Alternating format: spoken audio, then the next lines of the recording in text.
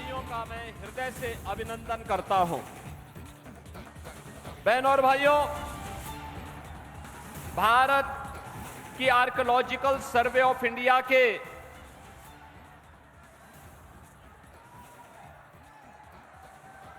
एक महत्वपूर्ण अधिकारी श्री आर.डी. बनर्जी, श्री राखल दास बंदोपाध्याय, जिन्होंने हड़प्पा और मोहनजोदड़ो की सभ्यता की खोज की थी, उनकी पावन धरा भी ये बहरामपुर है। ऐसी पावन धरा में आप सबको जुड़ने, जन्म लेने, भारत के इस राष्ट्रवादी मिशन का हिस्सा बनने का अवसर प्राप्त हुआ है। यह आप सबका सौभाग्य है। बहनों और भाइयों, जो बंगाल भारत की सभ्यता और संस्कृति को एक नई दिशा देता था,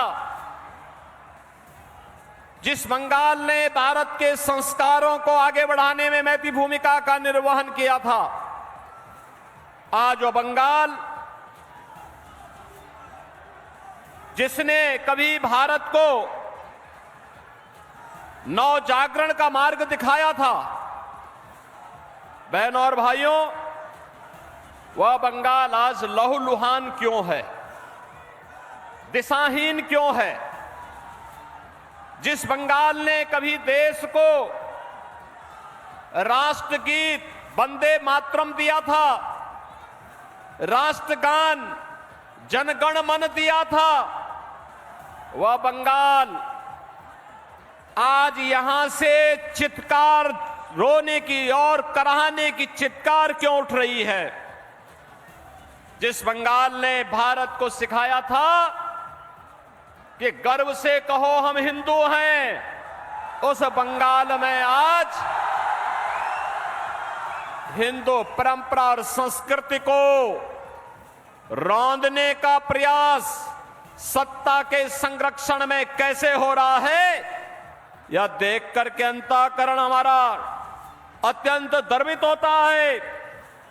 और जिस बंगाल ने देश को दयामयी, शक्ति के अधिष्ठात्री देवी मां दुर्गा की पूजा का अनुष्ठान करने का संदेश दिया था, उस बंगाल में बहनों और भाइयों, संदेश खाली जैसी घटनाएं बंगाल के अंदर कैसे घटित हो रही हैं, यह प्रश्न आज मैं बंगाल की सरकार से करने के लिए, बहरामपुर से प्रश्न मैं करने के लिए आया हूं। बहनों और भाइयों, आज का बंगाल वह सोनार बांग्ला नहीं है जिसकी कल्पना हमारे स्वतंत्रता संग्राम सेनानियों ने कहा था। सस्य श्यामला मातरम, वंदे मातरम का जो गीत जिस बंगाल ने दिया था, इस बंगाल को दंगों की आग में कुत्सित झोंकने का कुत्सित जो प्रयास हो रहा है ना, बहनों और भाइयों, मैं उसी खतरनाक इशारे की ओर आपका ध्यान आकर्षित करने के लिए आया हूं। आज बंगाल एक साजिश का शिकार हो चुका है। कांग्रेस हो या तृणमूल कांग्रेस, ये दोनों एक ही थैले के चट्टे बट्टे हैं। दोनों बंगाल को लूटने के लिए और भारत के खिलाफ साजिश रचने के लिए एक हैं। कांग्रेस कम्युनिस्टों के साथ भी, और दिल्ली में तृणमूल कांग्रेस के साथ मिलकर के भारत के खिलाफ वही साजिश करना चाहती है जो साजिश वह बंगाल के अंदर हिंदुओं के साथ कर रही है। और बहनों और भाइयों, मैं इसीलिए आपसे कहने के लिए आया हूं, जो बंगाल आज लहूलुहान है, जो बंगाल आज विकास से दूर हटता जा रहा है, जो बंगाल आज बुनियादी सुविधाओं के लिए तरस रहा है, बहन और भाइयों, आज से 7 वर्ष पहले उत्तर प्रदेश की भी यही स्थिति थी। आज से 7 वर्ष पहले उत्तर प्रदेश की भी यही स्थिति थी। आज आप उत्तर प्रदेश में देखते होंगे, बहन और भाइयों, आज उत्तर प्रदेश में आप देखते होंगे पिछले 7 वर्ष में उत्तर प्रदेश में कोई दंगा नहीं हुआ, कोई दंगा नहीं हुआ।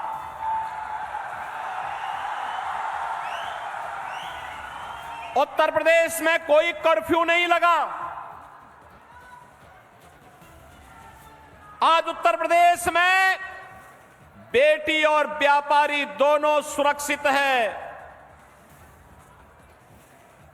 कोई रंगदारी नहीं वसूल सकता, कोई दंगा नहीं कर सकता,